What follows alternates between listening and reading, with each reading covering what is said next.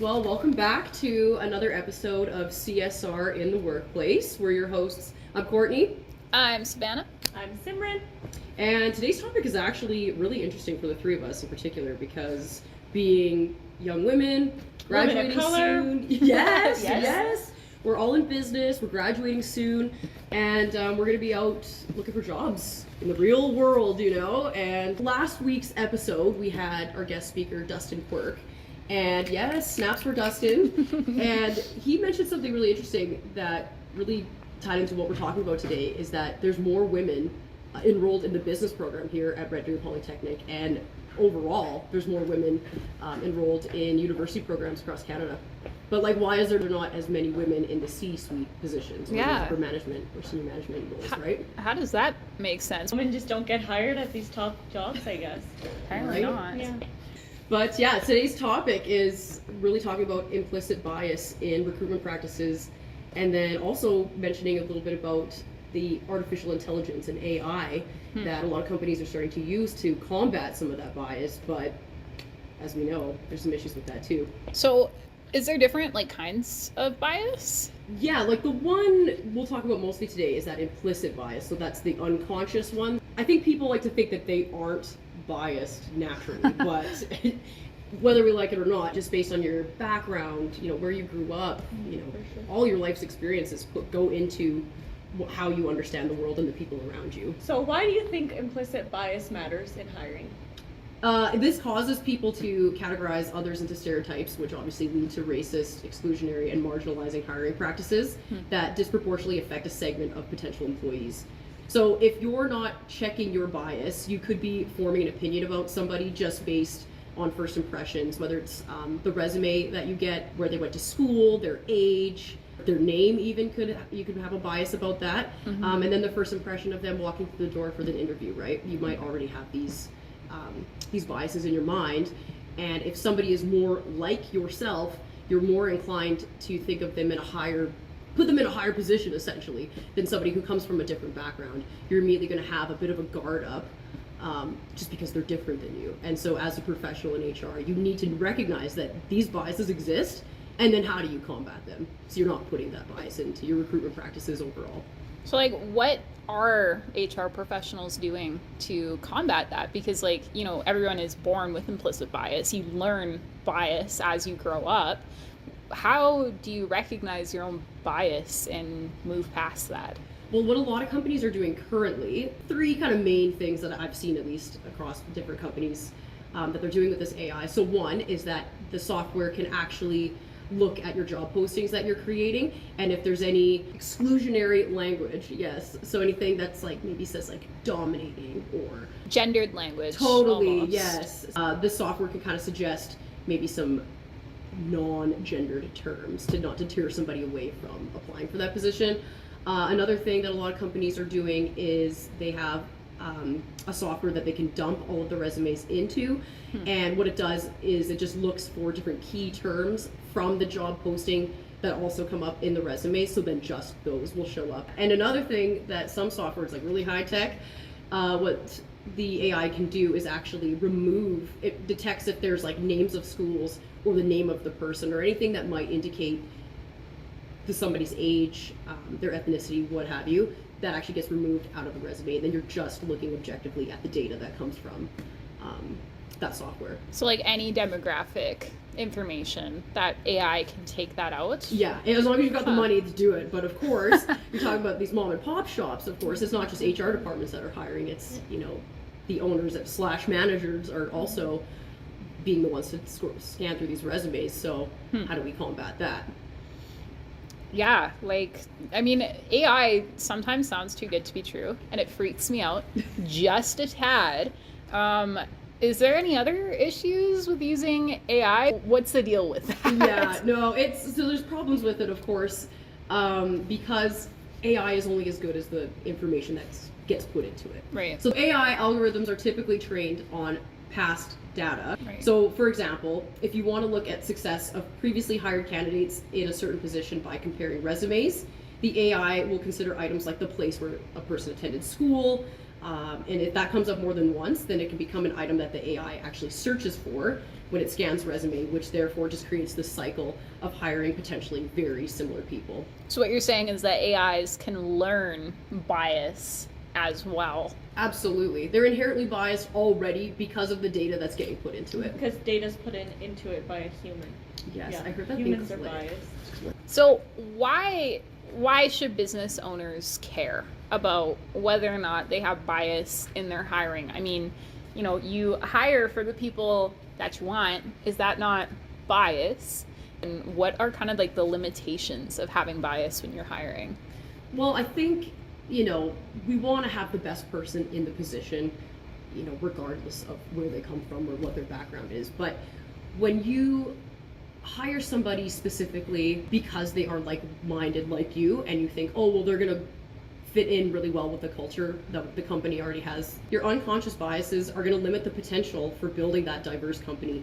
And diversity, it's been proven, more diverse companies do better profit-wise. It's there's even research here showing that a diverse workplace is more effective and a diverse organization performs better. With these companies with more culturally and ethnically diverse executive teams are 33% more likely to see better than average profits than anybody else in their industry.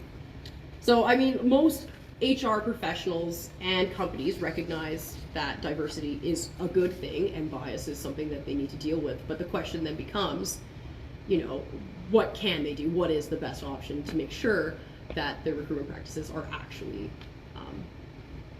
allowing for diversity to come into the workplace? Yeah, no kidding. It seems to be a bit more than just like a social issue.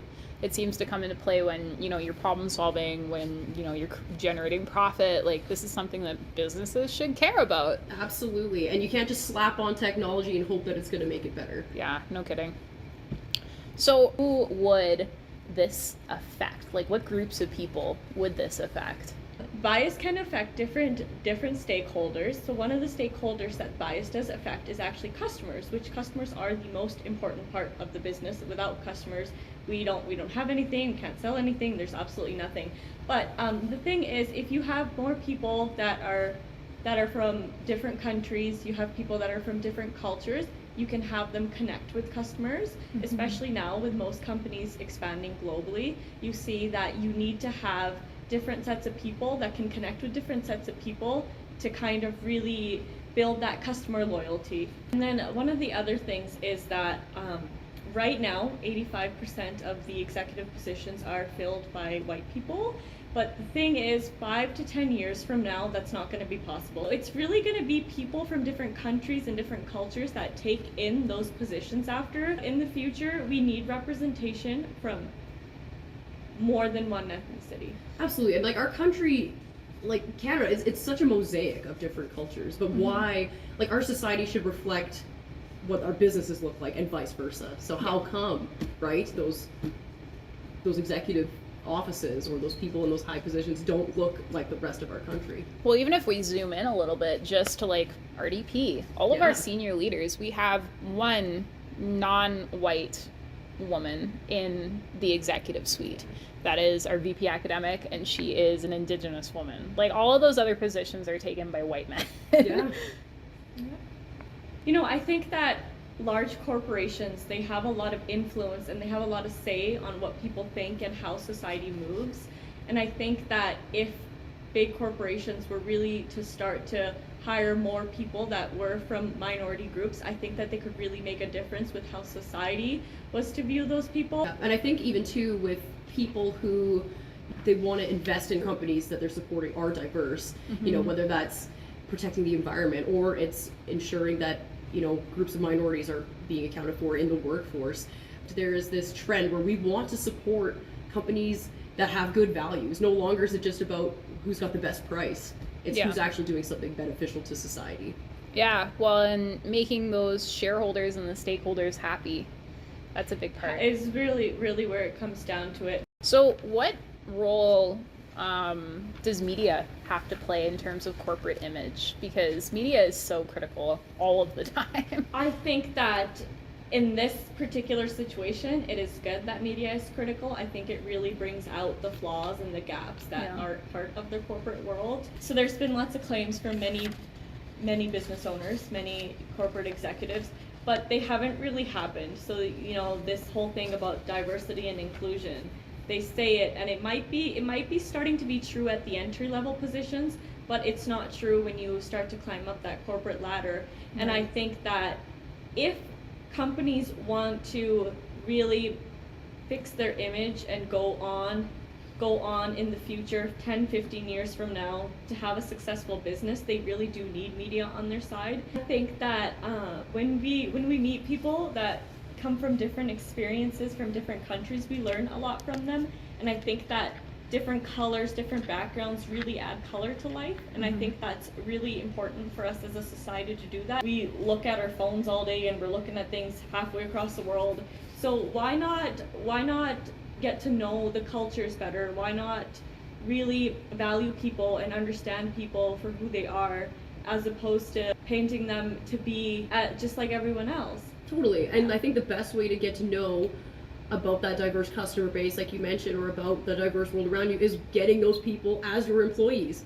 Hiring those different groups, whether it's women, Indigenous people, people of color, people with disabilities, getting them through past that process in the recruitment stage and actually hiring them, giving them a chance. Well, and you know, even coming with a selfish business only perspective, you're going to be able to expand your market. You're going to be able to reach more people and more authentically. So how about, like, again, let's zoom in a little bit. How about the employees? You know, what about diversity in an employee realm? How does that affect business and CSR?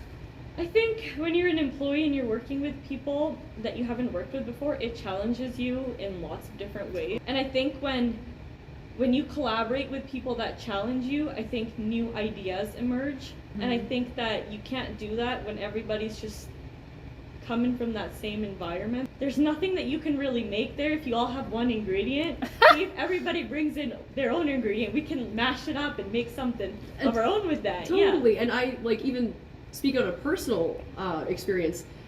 In the company I was working for, we were dealing with payroll, and there was an issue that we had with our payroll system, and the question was like, you know, the new payroll guy we hired, he was from Nigeria, and he's like, well, why do you guys do it this way? It's not efficient. We shouldn't do it this way. And we're like, and nobody had an answer. It was like, well, this is just the way that we've been doing it for the last 20 years that this company's existed. He's like, well, I don't know what they teach you in your payroll classes here, but like, we have a system and I will show you how to make this better. And like, oh, it is the most top-notch, that's amazing, payroll efficient thing that this company's ever seen. We're like, but we never would have had that if our buddy Ola from Nigeria didn't implement that, right? So yeah, that's amazing. Yeah. And now zooming out, when we talk about business, you know, we also gotta consider the suppliers and partners of the business. How does not hiring for having a diverse crew affect those relationships? Almost all big businesses are international now. I think that there's never going to be a time where you don't do business with somebody that's different from you. Yeah. You're always, you know, especially with suppliers, for us Canadians, it's a lot cheaper for us to get our... It's all overseas. Yeah, all overseas, right? We import everything. We import everything. It's cheaper for us. So I think that if you have people on your team that can connect with businesses overseas, I think that helps foster a long-lasting relationship. And they'll know the cultural norms and stuff too, which is huge in other countries. You know, North Americans, we're kind of rude, and we don't have a whole lot of etiquette surrounding how we conduct ourselves, and other countries really, really do. And when you offend somebody, you might not even know it because you are not versed in their culture, and that would solve that issue. Absolutely. So obviously we can't come on here and just preach only one side. We got to look at both sides of the coin.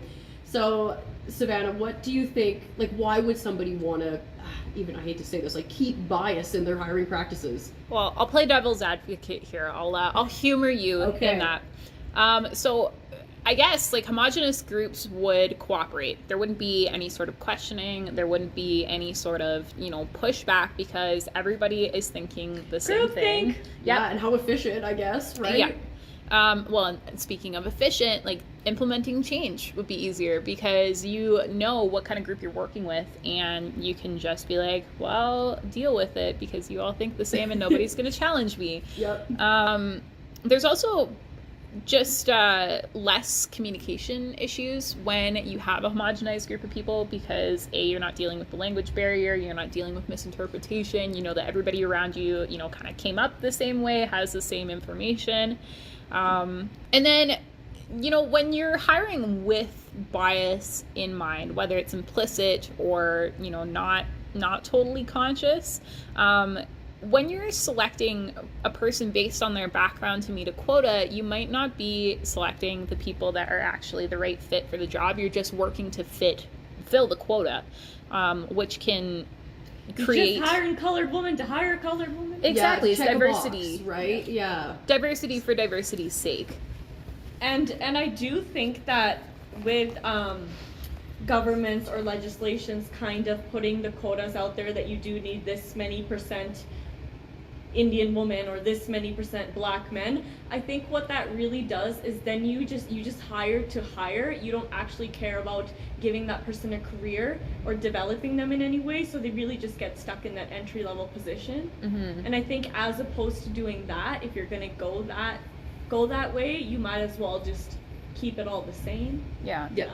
But let's do the flippity flop and look at the negatives of including bias in your hiring practices. So in this day and age with progressive business practices, you might be hit with a racism or discrimination claim. Oh, yeah, human rights lawsuit. Yeah, that's real. In the event that you are actively not hiring marginalized groups. If somebody has a substantial claim that you did not hire them, that they were fully qualified for the job and you did not hire them specifically because they did not fit your homogenized ideal of what your hires should look like, you're going to be paying a lot of money to fix that mistake. Absolutely. I've seen it. I've seen it in companies and it's not pretty. I mean, if you don't have some sort of standardized process that you go through, you can't justify why candidate A was chosen over candidate B.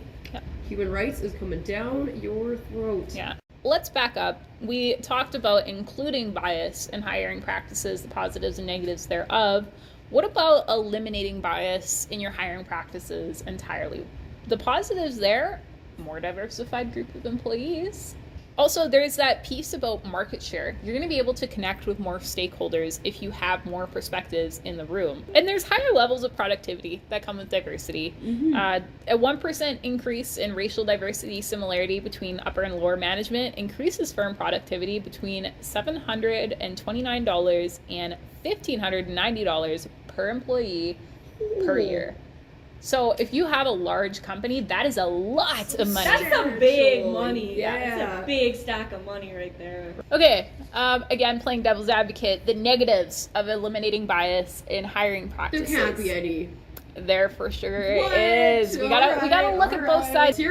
Let's hear 'em. Well, we talked about it earlier, but it's that hiring for diversity's sake. That's fair. If you're completely eliminating bias and just filling quotas, do you just want to automatically approve people when they show up and they have a certain skin color? And you wonder if those people are really going to be happy in that organization, And, you might be excluding higher qualified individuals in hiring for diversity. So you had mentioned AI technology earlier. Yes. I'm sorry to tell you, but there's also two sides to this coin. Well, I mean, I kind of mentioned it already. It's kind of inherently biased, right? So yeah, I like the efforts that some companies are making, but it's not perfect. It sure isn't. So I guess some positives of using AI technology is it really reduces that human time of looking through applicant info. Also, AI can eliminate that human bias if it's programmed correctly. And then it also creates an equitable playing field for applicants because they know that they're not being assessed by a human until they walk in for that face-to-face interview, which is kind of nice. So obviously there is negatives of using that AI technology. Like we mentioned earlier, it can bias itself. It can learn bias, which is just so insane to me. But I guess like that's kind of the whole point of an AI is it's artificial intelligence. It's going to learn, it's going to develop itself. Also, like at what point do you realize that your AI has outpaced itself and has absorbed bias? You know, like when does that get determined? Because, you know, there is always that human element of using AI. How would you know that it's disqualifying qualified candidates? Yeah, and it's hard to even compare against other industries because I think right now only 7% of Canadian companies are using AI. What about like the other side, just doing away with AI technology? So the positives of that is, again, it places that human act back in the human hands, judging character, judging qualifications. That human element where you're making the calls, you're checking up on references, like AIs can't do that quite yet. They cannot make a judgment of character. They cannot assess somebody's personality and say, yes, there's no good fit. Emotion there. Yeah. You know? When you meet somebody with a genuine good character, good values, good belief system, you know, something emotionally in you just goes, oh, like this person is good. I like this person. But like an AI can't do that. Yeah, it's your intuition. You can't program intuition into an AI. But there are negatives of eliminating AI technology entirely. This is the CSR podcast. This is it. We look at both sides multiple times. If you are making errors when you're reviewing applicants and you're hiring the wrong people, there could be a higher turnover of employees in the long run because you couldn't afford or didn't implement any sort of AI to vet out applicants. The more qualified individuals might not make it to the interview stage because you yourself are reviewing the applications, looking at, you know, the qualifications and stuff, and maybe, you know, there's an accreditation in there that you don't know or you don't understand, and maybe you don't have the time to go look up. Turns out that's the accreditation that, you know, you didn't know that you needed in that role, but you're overlooking it because you are a human and you make mistakes. So I guess the biggest question is, so you're talking about eliminating bias. So the AI is biased, the people are biased. How can we remove it? How do we get rid of it? Well, you can't ever totally get rid of bias. That is part of being a human. That's part of learning. But like, there's some measures that you can take to start recognizing bias and checking it. So things like diversity and sensitivity training are really huge for any level of employees. And, you know, I personally believe that it should be top down. Yes. As with any sort of change, any sort of vision, there's a lot of individuals who don't understand how their actions and their words affect people around them. Training should also make employees kind of look inward too and start assessing where their own biases are. I think with that diversity training too, it's really important that it's relevant to the company. Yes. Don't just hire the first diversity training session coordinator that you find somebody who's going to fit the needs of your company. There's also the issue of, you know, process and policy. If you don't have diversity or equity written into your processes and policy, what's to say that somebody should be ethical? And there needs to be some sort of policy in place, or a process, if you have a hiring process that is documented, stating where, you know, you need to go and what, if you want quotas, where your quotas are supposed to lay and how they're tracked. So the third recommendation that we have to addressing bias and creating a more equitable workplace is establishing mentorship programs so that, you know what you're talking about when you're out in the workforce. You know, you might not be able to hire for diversity every single time, but it's important to you as a business owner or as, you know, a corporation C-suite person, to be arming your employees with those important skills of how to navigate in a diverse world. Yeah. Going back to, I said we were going to cover more on the consultant portion. Hiring diversity managers In order to make diversity and inclusion a priority, you need to hire somebody who is going to teach you how to do that. Again, we are all born with bias. We learn bias as we develop, and even past that into adulthood. You need to hire somebody who is trained to look at that and tell you how you need to fix that. And I know something that is a really hot topic right now is indigenization and decolonization of business practice.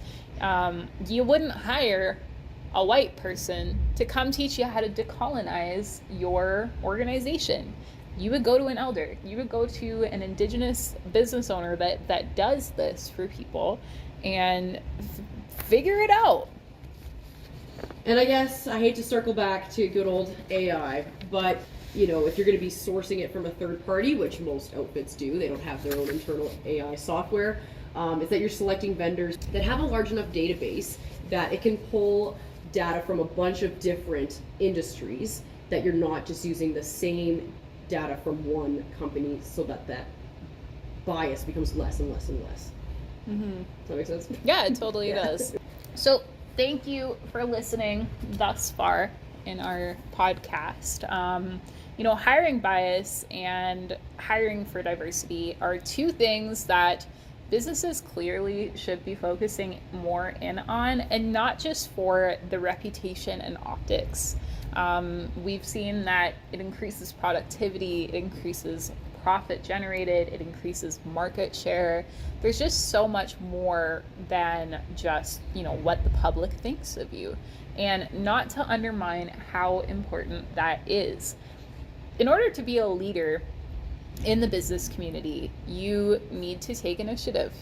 And I think that this is a very, very easy place for a lot of corporations to start. And, if you're not equipped to deal with diversity in the future, it's going to come back and bite you. Businesses need to learn how to pivot, how to adjust, and how to make sure that the people around that business are aware and educated as well. So with the recommendations that we've offered, that would fix that. And yeah, we appreciate your time. We appreciate your consideration. Go out, do good things, be a good person in this world, and don't be a dick. That's our motto, baby. So we are CSR in the Workplace. Thanks once again for listening in. Tune in next week where we debate the highly anticipated topic. Are paper straws really worth it? Thanks. We'll see you next time.